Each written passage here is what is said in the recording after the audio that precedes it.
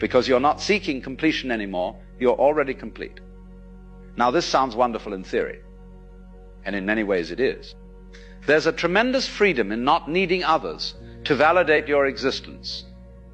But there's also a price. And the price is this: you can no longer play the old game.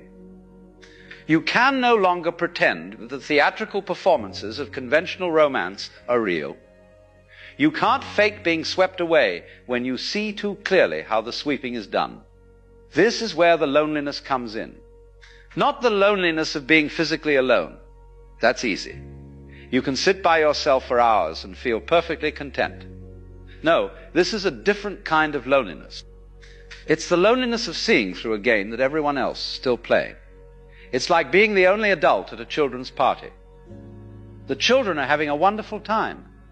They're completely absorbed in their games. But you can't join them. Not because you don't want to, but because you can't make yourself believe the games are real anymore. You meet someone. They're attractive. They're interesting. They seem to like you. And in the old days, this is where the story would begin. The story of pursuit and conquest, of longing and fulfillment, of two people finding each other in the vastness of the world.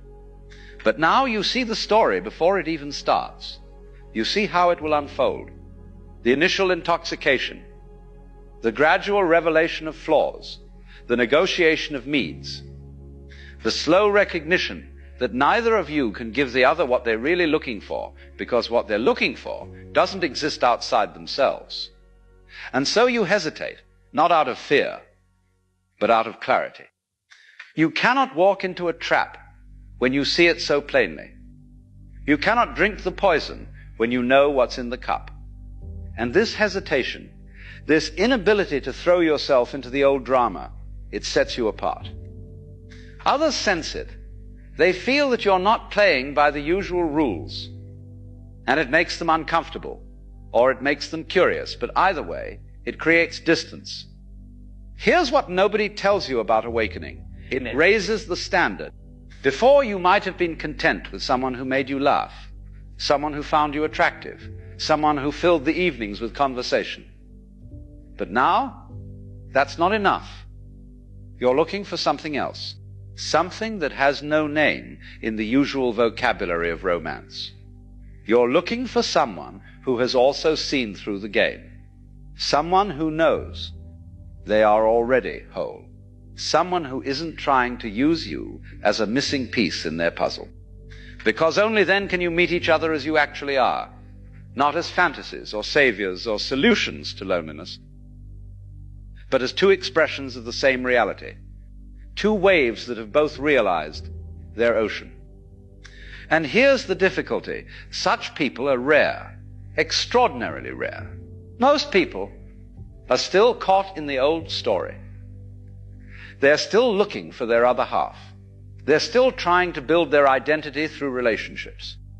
They're still playing the game with deadly seriousness. And you can't blame them for this. You played it too, until you didn't, until you saw through it. But the fact remains, the field has narrowed considerably. Where once there were many possibilities, now there are few. Where once you might have fallen in love with someone's smile, or their wit, or their way of moving through the world, now you need something more. You need them to be awake, or at least awakening. You need them to know what you know, to see what you see. And that severely limits the options. This is why so many spiritually awake people find themselves alone. Not because they can't love, but because they can't love in the old way anymore. They've outgrown it.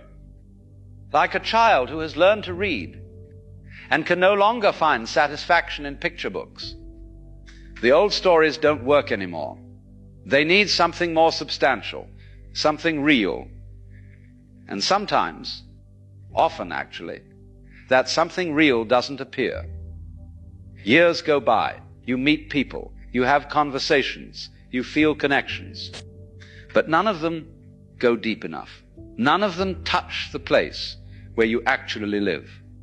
And so you remain alone, not in bitterness, not in despair, but in a kind of patient waiting. Waiting for someone who speaks your language, who breathes the same air, who has traveled to the same country you have and knows its geography. There's a certain dignity in this aloneness, a kind of integrity. You're not willing to settle for less than truth. You're not willing to go back to sleep just because sleeping is more comfortable.